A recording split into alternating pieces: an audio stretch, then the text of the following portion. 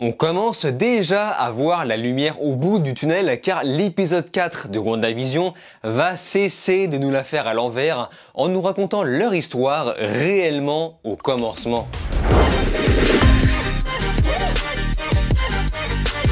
Salut à tous, c'est Vince alias Amergame et aujourd'hui de retour, une fois de plus, sur la série WandaVision, mais cette fois-ci l'épisode 4. Et finalement, oublions ce que j'ai dit dans ma vidéo précédente concernant le fait que les gens apparemment n'aiment pas beaucoup la série, mais d'après ce que j'ai pu lire dans vos commentaires, apparemment vous, ça vous plaît. Donc on est entre nous, on parle de WandaVision au calme parce que nous, pour l'instant, ça nous convient. Et pour l'épisode 4, je n'ai qu'une chose à dire.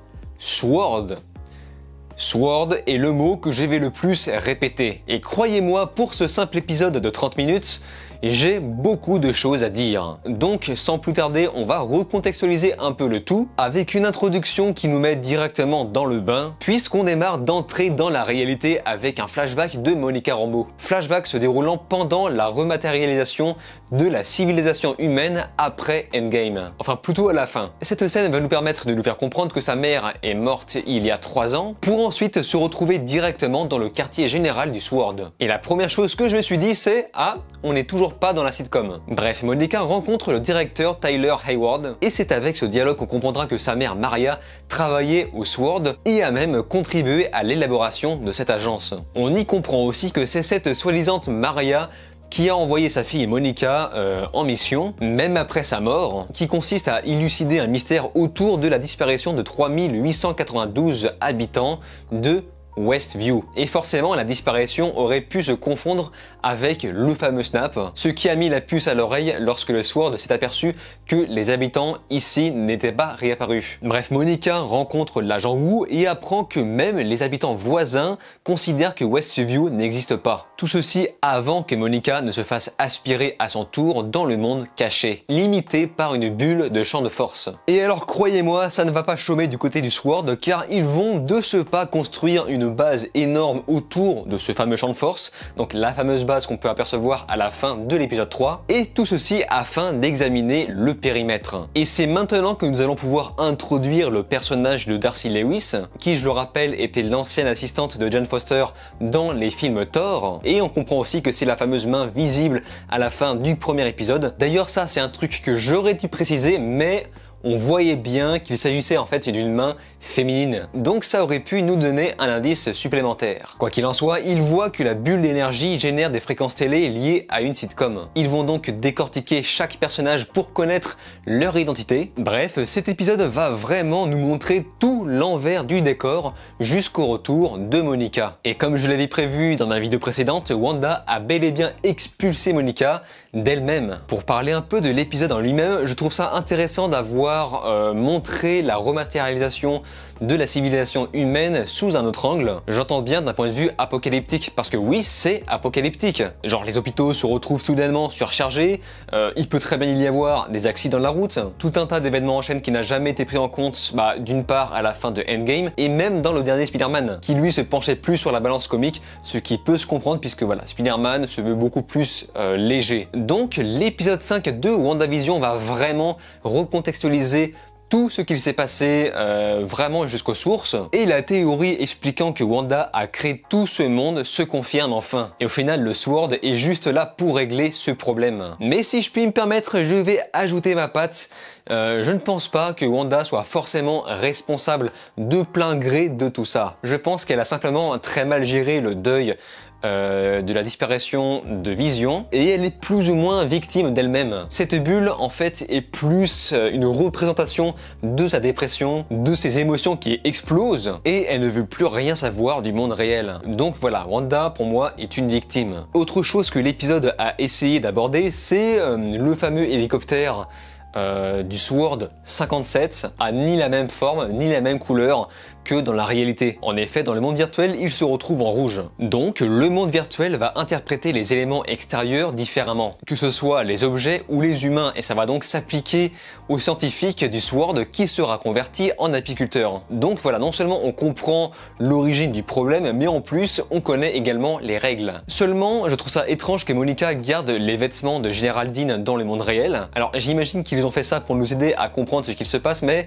je trouve ça quand même un peu chelou. Théoriquement, Monica, après s'être fait expulser, aurait dû retrouver son look d'avant. Et ma théorie expliquant que Vision est peut-être encore vivant quelque part, va commencer doucement à grandir, puisqu'on va implicitement nous expliquer que tout ce qui provient du monde virtuel existe plus ou moins dans le monde réel, ou presque. Enfin, en tout cas, il est important de noter la surprise de Darcy lorsqu'elle aperçoit Vision dans la télé. Pour elle, sa première réaction est concrète.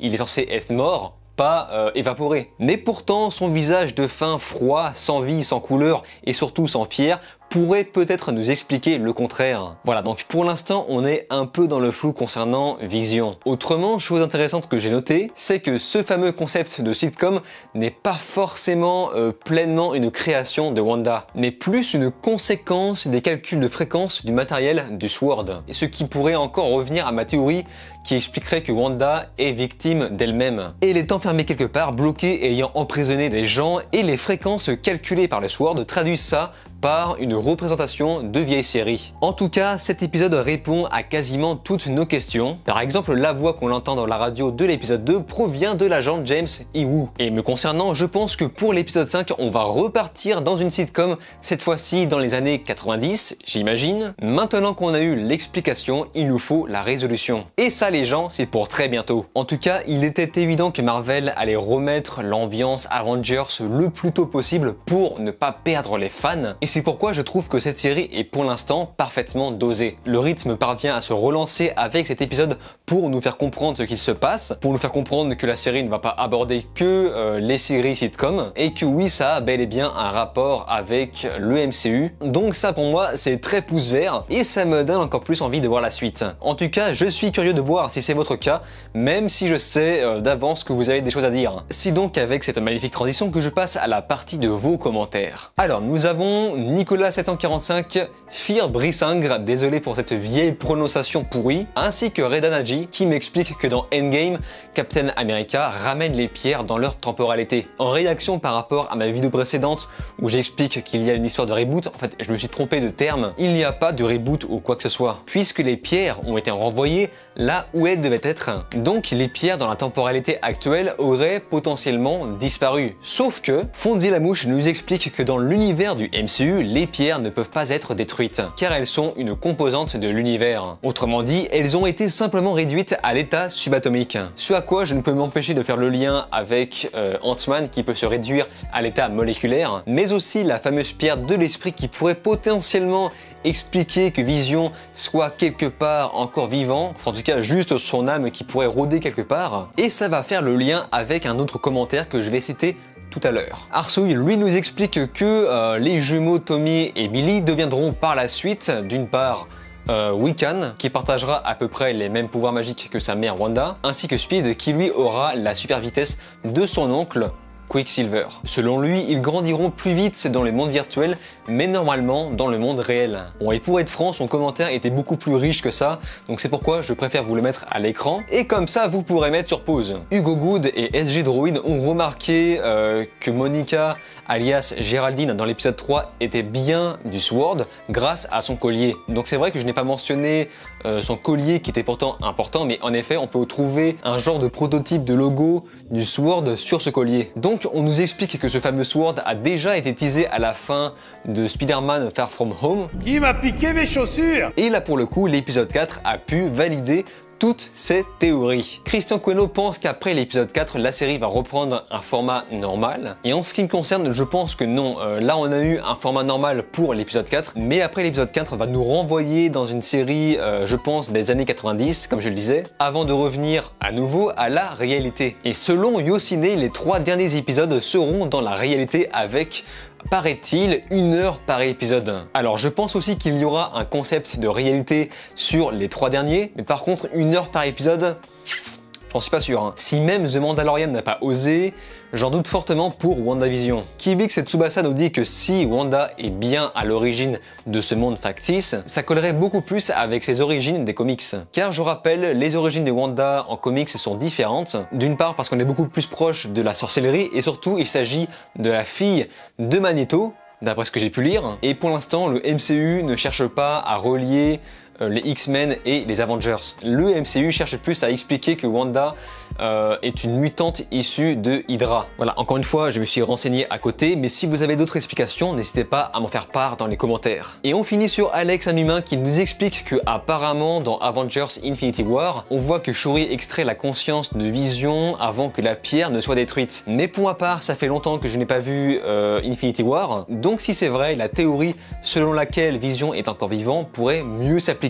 Enfin voilà, en tout cas je suis impatient de voir la suite, même si je pense connaître un peu l'engrenage, comme je vous l'ai expliqué. Épisode 5, sitcom 90, épisode 6, sitcom 2000, et les 3 derniers seront les épisodes Avengers. Donc on va gentiment partir sur ça. En tout cas, si vous avez des théories, des analyses, n'hésitez pas, comme d'habitude, à m'en faire part dans les commentaires. C'est avec grand plaisir que je mettrai en avant ceux qui me paraissent les plus pertinents dans la vidéo suivante. Sur ce, on se laisse ici. N'oubliez pas de vous abonner à ma chaîne YouTube, cliquez sur la cloche, likez, partagez et de regarder mes autres vidéos. Je vous dis alors ciao et à la prochaine.